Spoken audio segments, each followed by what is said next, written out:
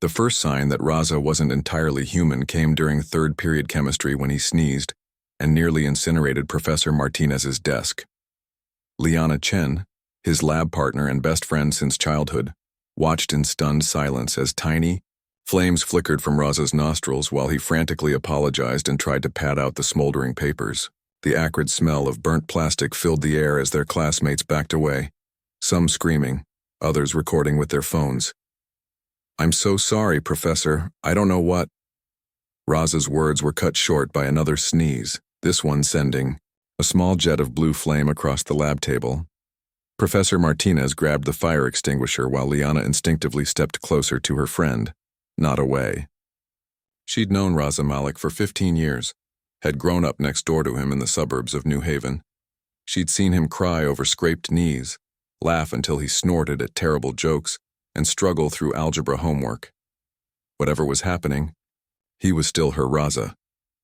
"Everyone out!" Martinez shouted, but his voice carried curiosity rather than fear. As a xenobiology professor at Yale, he'd studied enough alien physiology to recognize something extraordinary when he saw it. Within hours, the video had gone viral. Within days, they came. The dragons arrived not with fire and fury, but in sleek obsidian ships that glided silently over Earth's atmosphere. Their arrival was announced not by destruction, but by a simple broadcast transmitted simultaneously to every screen on the planet. "We seek the fire-bearer," the message said in perfect, unaccented English. "The human child who carries the spark of our ancestors. We have come to bring him home." The being that spoke appeared humanoid but unmistakably other. Its skin held an iridescent quality that shifted from deep bronze to molten gold, and its eyes burned with an inner fire that seemed both ancient and infinitely patient. Most striking were the delicate, translucent membranes that extended from its temples to its jaw, remnants of what might once have been wings. Liana found Raza hiding in the old oak tree behind his house, the same place they'd built their first fort when they were 7. He was crying, small puffs of steam rising from his tears. "They want to take me away," he whispered as she climbed up beside him. "The government people came this morning. They think I'm some kind of alien hybrid or something." "Are you?" she asked quietly. Raza looked at her with those familiar brown eyes, now flickering with tiny flames. "I don't know. My parents adopted me when I was a baby. They found me at a hospital in Karachi, abandoned, no records, no family." He wiped his nose, careful not to sneeze. "What if I'm not even human, Liana?" She took his hand, ignoring the warmth that was definitely not normal body temperature.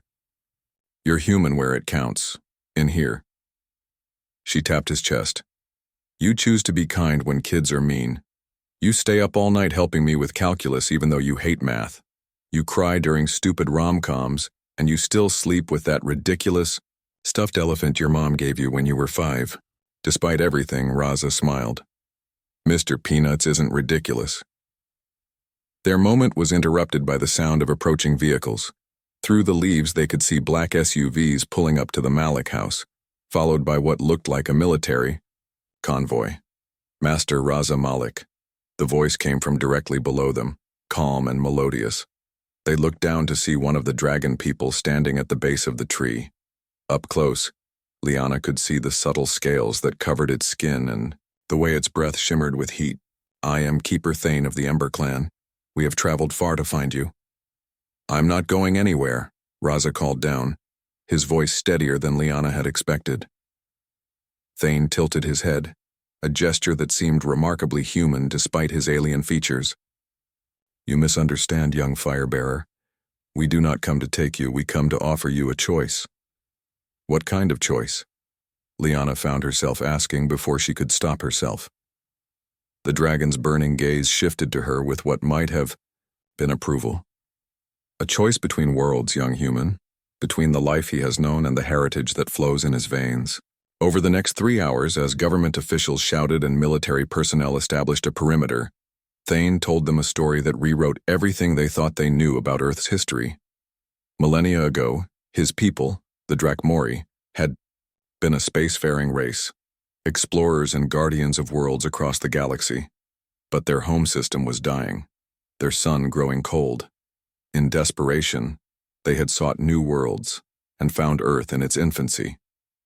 "We were not the first to visit your world," Thane explained, sitting cross-legged beneath the oak tree while Raza and Liana listened from above.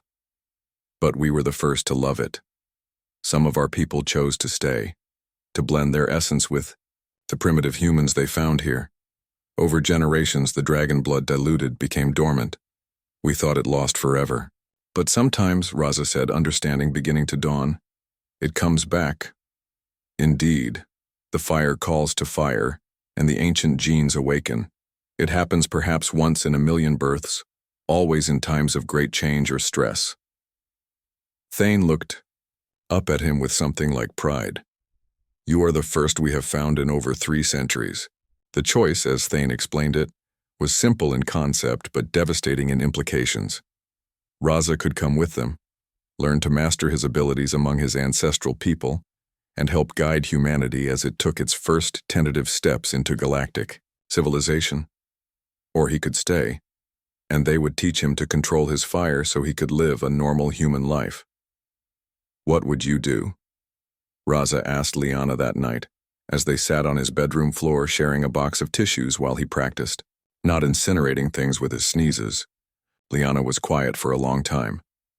"I think," she said finally, "I'd ask myself what I could do to help the most people. You've always been the one who wants to fix things, remember? You're the guy who started a tutoring program in middle school and organized that fundraiser when Mr. Peterson got cancer." Raza nodded slowly. "If I go with them, I could help prepare humanity for whatever's coming next. First contact, joining some kind of galactic community, but if you stay, you're still you. Still the person who makes everyone around him a little braver, a little kinder." She bumped his shoulder with hers. "Either way, you're going to change the world. The only question is which world you want to change first." In the end, it wasn't really a choice at all. Raza had been born human in every way that mattered, raised by human parents who loved him, shaped by human experiences and human dreams. But he was also something more now, a bridge between 2 species, 2 worlds. He chose both. The compromise they reached satisfied no one completely, which Thane said was usually the mark of a wise solution. Raza would spend 6 months each year with the Drakmori, learning their ways and preparing for humanity's eventual integration into galactic society. The other 6 months, he would remain on Earth, using his unique position to help his adoptive species navigate the changes to come. As Liana watched Thane's ship disappear into the night sky, taking her best friend on the first leg of his incredible journey, she couldn't help but smile.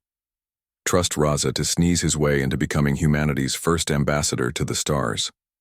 3 months later, she received his first message from the Drakmori homeworld. "Miss you too. P.S. Mr. Peanuts is a huge hit with the Dragon Kids. Who knew?" Some things, she reflected, would never change. And maybe that was exactly what the galaxy needed. A human boy who could breathe fire but still slept with a stuffed elephant, who could serve as humanity's bridge to the stars while never forgetting where he came from. After all, the best ambassadors were those who truly understood both worlds they represented.